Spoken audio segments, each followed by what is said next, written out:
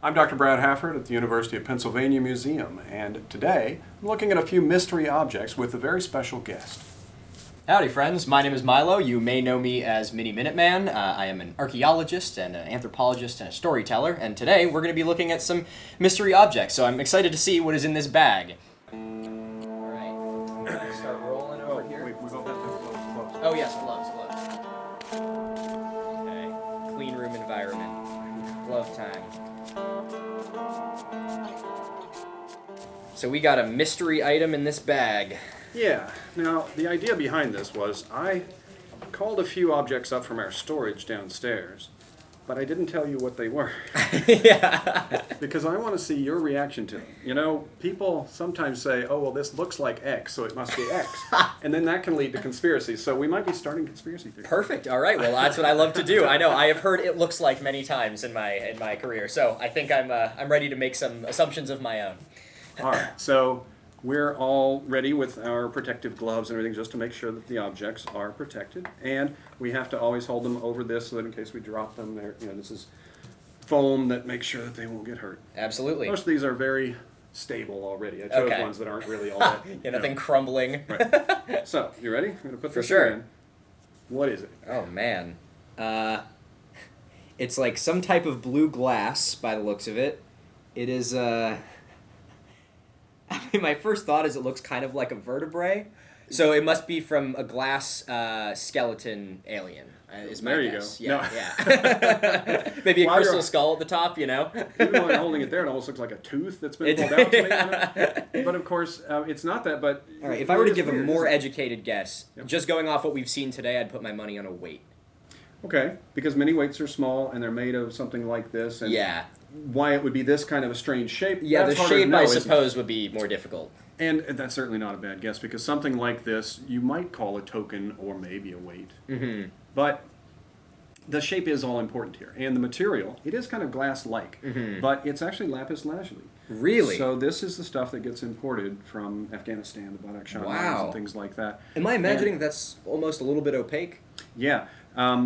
Lapis is usually rather dark. Yeah. And sometimes it's got little flecks of gold, like not real gold. Wow, like I have full never silver. seen it. Looks like blue glass. You can see It some does. light through that. Now, the shape, though, is pretty important. And that's actually the shape of a bone, a particular bone. Really? Yeah, and it's called an astragalus. Hmm. An astragalus is better known as a knuckle bone. So Huh. you've heard of knuckle bones, Yes. right? Sheep and goats, right? There's a bone right about here where when they're walking, not quite what their knuckles would be, I guess, but Yeah, maybe yeah. they don't have knuckles, but we tend to call them knuckle bones.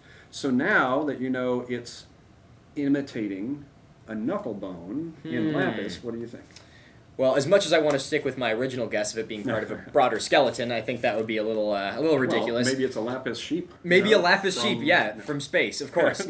I would say, oh, that's a tough one. Well, my first question would be whether or not there's something about this bone in particular that's, like, important. Like, if it's a ceremonial piece, like, I don't know if it would be like an offering, you carve this and leave it because the knuckle bone signifies something.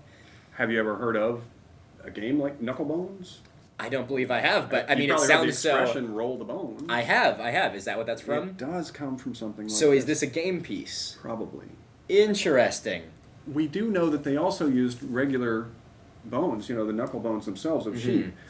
Not necessarily just for gaming, though. They also had what was called astragalomancy. So it's predicting the future. Rolling the bones, oracle bones, trying to see how they lie, and then saying you will win the battle or something like this, right? So it's a crossover. There are games and there's also divination with things like this.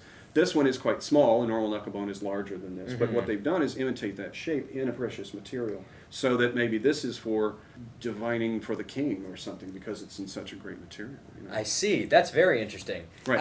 I cannot get over the fact that it's almost transparent. I've never seen lapis that you can like see partly through. It's usually quite dark. And That's I'm amazing. wondering if we... Yeah. Yeah, if you hold it up, there's some light. There you go. You're right about that being translucent. It's logged as lapis, but I haven't looked. And- But they did try to imitate lapis with cobalt glass. Wow. So I So- guess my first guess, in a way, was correct. It is Well, it's a part a of a bone. skeleton. Yeah. Well, sort of. A glass skeleton alien. All right. I've now looked at this object more carefully, and Milo was right. It is glass. That's my contribution to the museum. Thank you. It's an object that I hadn't really seen before. I called it up from our database. I knew it was in our storage, but I hadn't examined it before. And it's part of a collection that was bequeathed to the museum in 1904 by Maxwell Somerville. Now, he collected a whole bunch of engraved gemstones from the ancient world, but dating from about Neo-Assyrian all the way up to Greco-Roman. And many of the ones that were intricately carved have been studied, but the Somerville collection has a few of these glass astragali that haven't really been looked at. Regardless, the interpretation stays the same. This is an imitation astragalus, and it's also imitation lapis. Even looking at objects that have been in museums for 100 years or more is still a fruitful endeavor. We learn something. I learn something about these objects every time I look at them. So our second object is going to be in the same category, so I've already kind of given part of it away. Okay. But I think you'll recognize that. Ah, I know this one. That's a dice. Yeah. A very rectangular dice. Exactly. It looks very much like our normal six-sided die, right? It does. Can I roll it? We shouldn't. No. Even though we've got foam here. There, we'll say. I know. There we go. I got a 6. You got a 6. I'll roll with that. But the great thing about this is, it comes from Tepe Gowra, from level 6, which is early dynastic. So this dates around 2500 BCE. So wow. a 4,500-year-old die that looks very much like what we would do today. That is amazing.